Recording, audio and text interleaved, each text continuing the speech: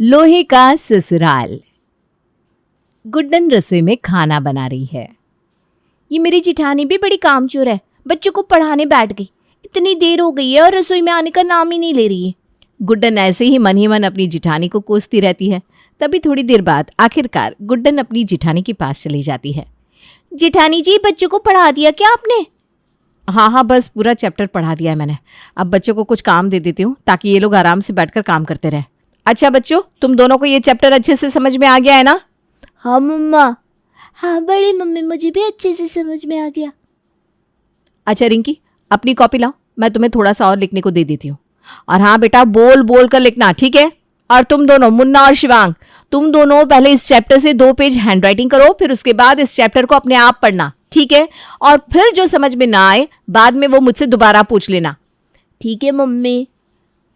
तीनों बच्चों को काम देकर निहारिका अपनी देवरानी गुड्डन के साथ किचन में चली जाती है। अरे, अभी तक आटा नहीं गुथा? अरे जिठानी जी, आटा गूंथती कैसे? इतना सारा काम जो पड़ा हुआ था।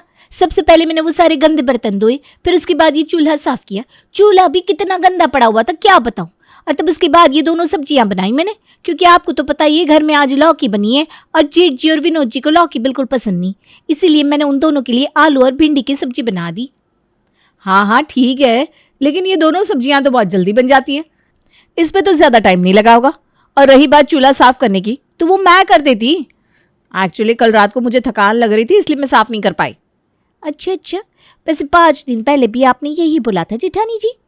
देखो गुड्डन, तुमने चूल्हा साफ कर दिया, उसके लिए बहुत बहुत शुक्रिया। मैं हमेशा तुम्हारी आभारी रहूंगी, ओके?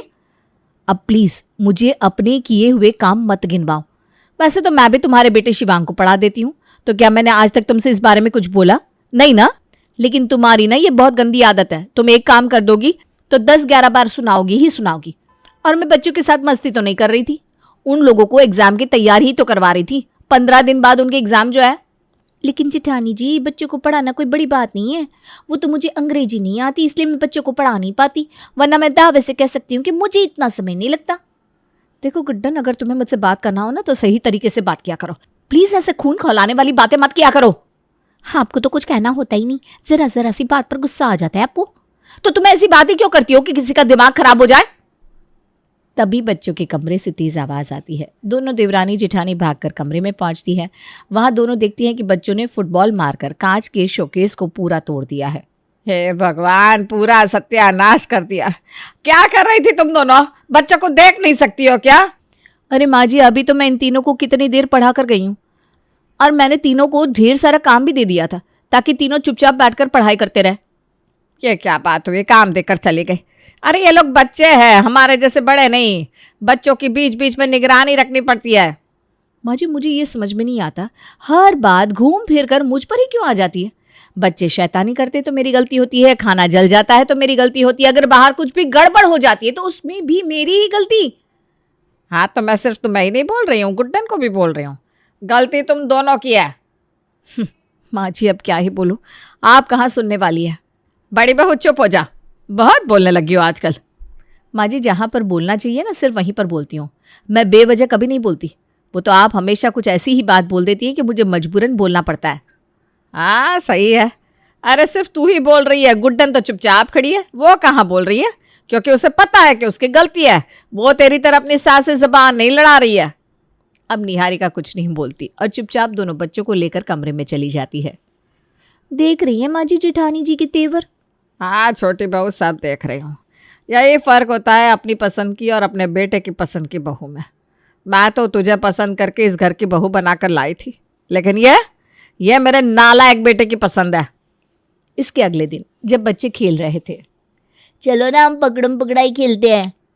अरे मुन्ना, मुझे पता है, सबने हम तीनों को घर के अंदर पकड़म पकड़ाई खेलने के लिए मना किया है। अरे भैया कुछ नहीं होगा, चलो ना खेलते हैं। हाँ भैया चलो ना, मैं बहुत बोर हो रहा हूँ। अच्छा ठीक है, तो खेलते हैं। वैसे अभी सब लोग अपने अपने काम में बिजी है।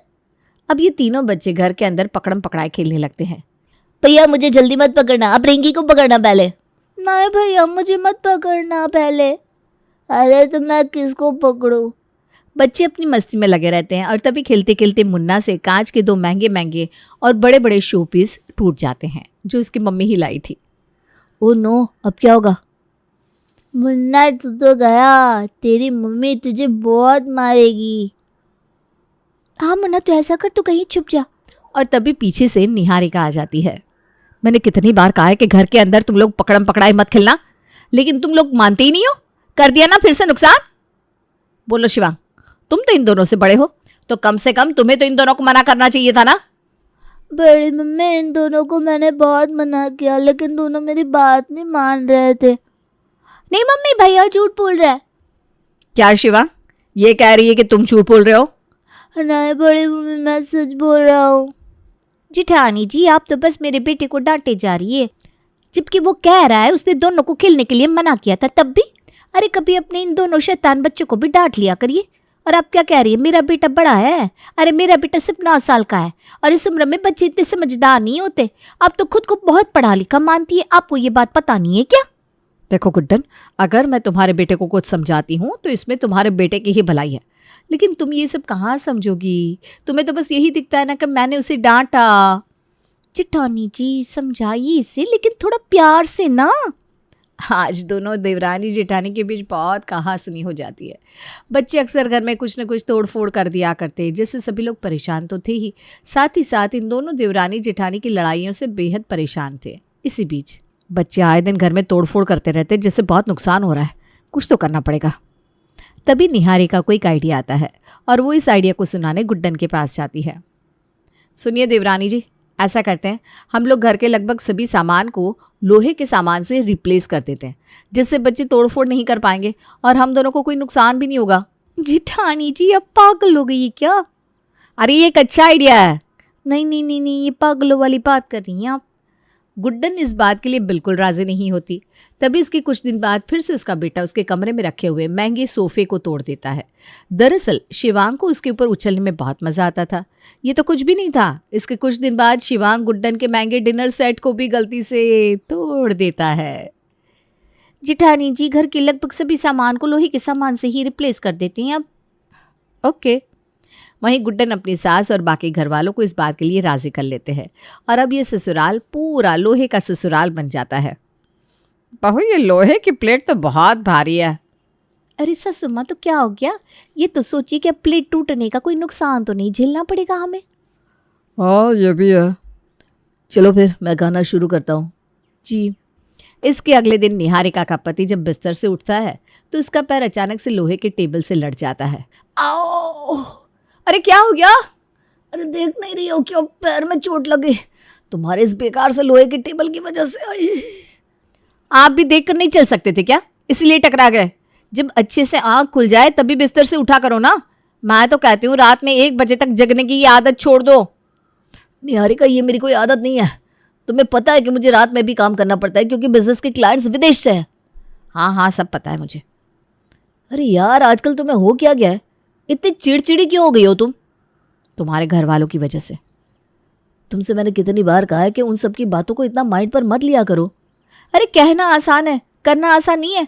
आप तो दिन भर ऑफिस में रहते हैं, आप तो वहाँ टेंशन फ्री रहते हैं और दिन भर मैं इसी घर में रहती हूँ। आपको पता नहीं क्या क्या होता है यहाँ पर। सासू माँ तो देवरानी की सारी बातें मानती है, लेकिन मेरी एक बात नहीं मानती। पता नहीं मुझसे इतना क्यों खुन्नस खाकर बैठी रहती है। निहारिका, इतना मत सोचो, ऐसा कुछ नहीं है। तभी अंकुश का कॉल आ जाता है। जब देखो तब बिजी रहते हैं। अचानक से निहारिका के ससुर जी जोर की आवाज लगाते हैं। अरे मर गया। अरे पापा, क्या हुआ? अरे बेटा, मैं थोड़ा व्यायाम कर रहा था और ये लोहे का गमला मेरे ही पीछे रखा हुआ था। मैंने ध्यान नहीं दिया कि ये गमला मेरे पीछे है, और जैसे ही मैंने हाथ पीछे की तरफ किया तो यह गमला जोर से मेरे हाथ पर लगा, और तो और मेरे पैर में भी। अरे अंकुश, विनोद, पिताजी को कमरे के अंदर ले चलो, इनकी शिकायत कर देते हैं। कुछ देर बाद, ये जो तुम दोनों ने लोहे का सामान रखने का नाटक शुरू किया है ना, बंद करो जल्दी से इसे। सासू माँ, अब हम लोगों ने लोहे का इतना सारा सामान ले लिया है तो इसे ऐसे ही कैसे फेंक दे? अब अगर सामान ले लिया है तो कम से कम कुछ दिन तक तो पैसे वसूल करने दीजिए। भाई तो सासू माँ, अगर ससुर जी को चोट लग गई है तो इसका मतलब ये थोड़ी ना है कि सबको चोट लग जाएगी। हम सब बचा बचा कर अपना काम करेंगे, और क्या। पहले तो बस बड़े बहू बोलती थी, अब तो छोटी बहू भी बोलने लग गई है। दिन गुजरते रहते हैं और तभी एक दिन निहारिका अपने बाल धोकर जब बाहर आती है। ओहो, पिंकी ने मुझे 9 बजे बुलाया था, 9:30 तो यहीं हो गए, हे भगवान। निहारिका बाल धोने से पहले अपने बेड पर ही हेयर ड्रायर रख कर गई थी। अब क्योंकि वो जल्दबाजी में थी और उसे कहीं जाना था, इसलिए वो जल्दी से गीले हाथों से अपने हेयर ड्रायर को लोहे वाले बेड से उठाने लगती है और उसे करंट लग जाता है। निहारिका की किस्मत अच्छी थी कि वायर में ज़्यादा करंट फ्लो नहीं हो रहा था। ये कैसे हुआ? तभी निहारिका देखती है कि टेबल फैन की वायर, जो कि थोड़ी टूटी थी, वो उसके लोहे के बेड के पीछे थी और बेड से टच हो रही थी, और वहीं उस टेबल का स्विच ऑन था। ओ गॉड, मैं भी कितनी लापरवाह हूँ, लेकिन ये बात मैं किसी को नहीं बताऊंगी, वरना ये लोग तो घर सर पर ही उठा लेंगे। वहीं मार्च अप्रैल का महीना खत्म होता है और मई का महीना शुरू होता है। अरे बाप रे, ये सोफ़ा तो बहुत तप रहा है। बहू, ए बहू। जी सासू माँ। ये देखो सोफ़ा कितना तप रहा है। अरे माँ जी, यहाँ तो गर्मी हो रही है, आप कमरे के अंदर आ जाइए ना, एसी ऑन कर लीजिए।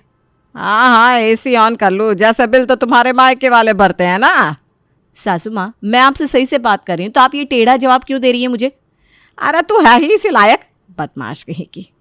सासू माँ, अगर आप मुझसे इस लहजे में बात करेंगी ना, तो मैं भी आपको इसी लहजे में जवाब दूंगी। हाँ भाभी ना, ज़रा भाभी से सही से बोला करिए ना।